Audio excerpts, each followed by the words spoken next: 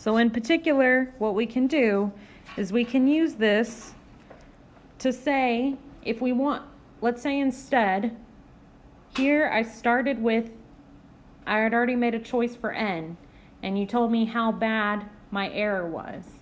What if I instead say, I want to make sure I have no more of an error than this number? Can you tell me what I should pick n to be? Okay, so it's a little bit of a reverse kind of question that I'm asking here. So let's say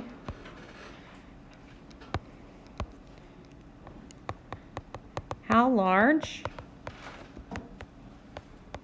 should we take n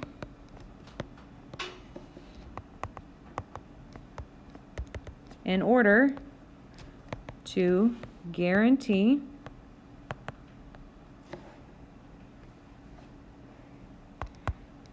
that the trapezoidal rule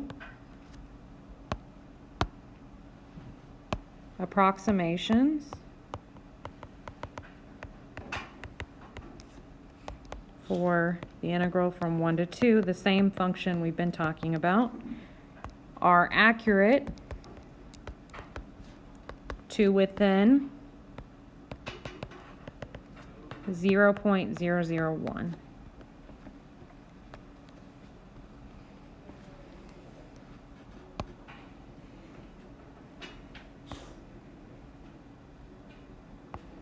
I want to make sure I'm at least that accurate, 0.001.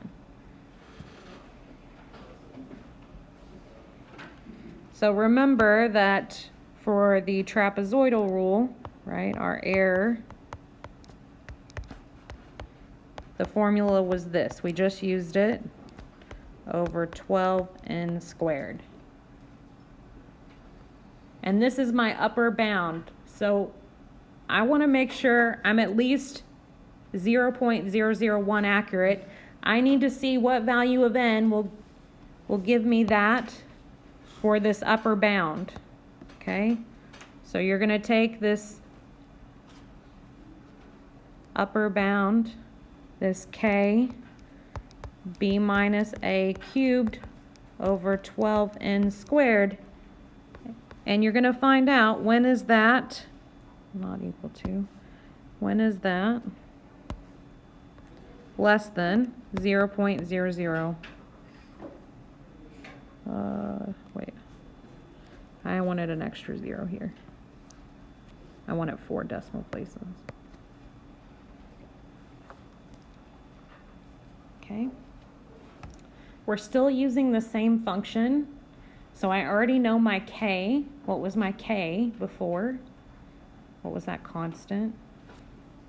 2. Okay. So I know 2.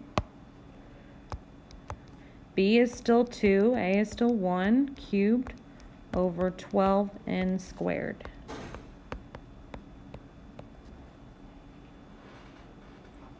And I want to solve for n.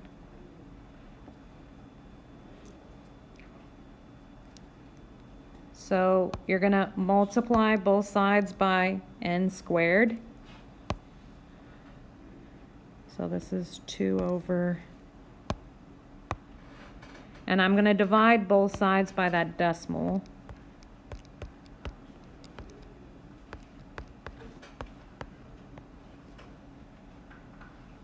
So is it 12 n squared or is it 24? It's 12 for the trapezoidal and 24 for the midpoint. We're still talking about trapezoid, so it's 12. Yeah. So all I've got to do is now take the square root to get my bound for n here.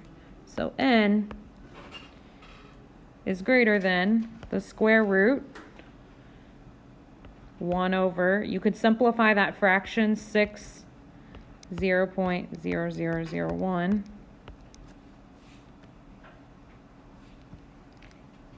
And you'll put that in a calculator to tell you that that is approximately,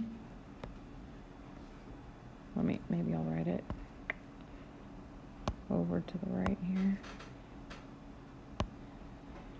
This is approximately, in a calculator, 40.8.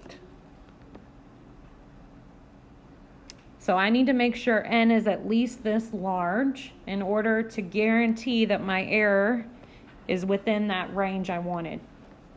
So what should I take n be? What? 41. That'll make sure my error is no bigger than that 0.0001. Okay.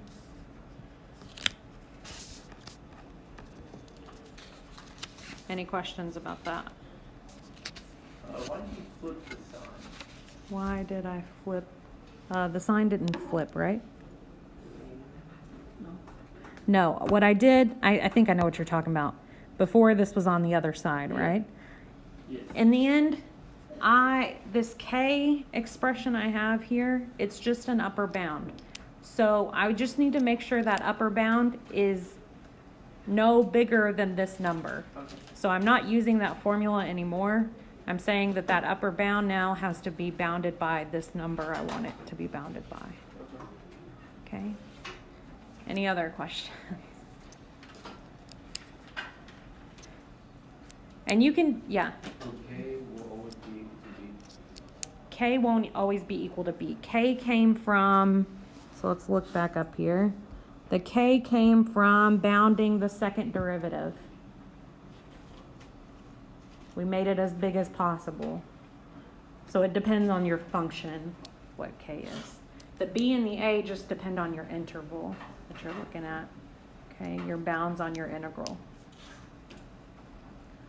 Other questions? Can you scroll back down? Yeah, yeah. Mhm. No problem. Yeah. You can, the one thing I'm gonna say, we just did this with the trapezoidal rule, but you can repeat these two things we just did for the midpoint rule. Okay? And then your formulas change, right? With the midpoint rule, you have that 24 in the denominator instead of the 12. That's the only difference. So you should, we calculated the midpoint rule early. No, I didn't. I skipped it. But you could do this, repeat these for the midpoint rule.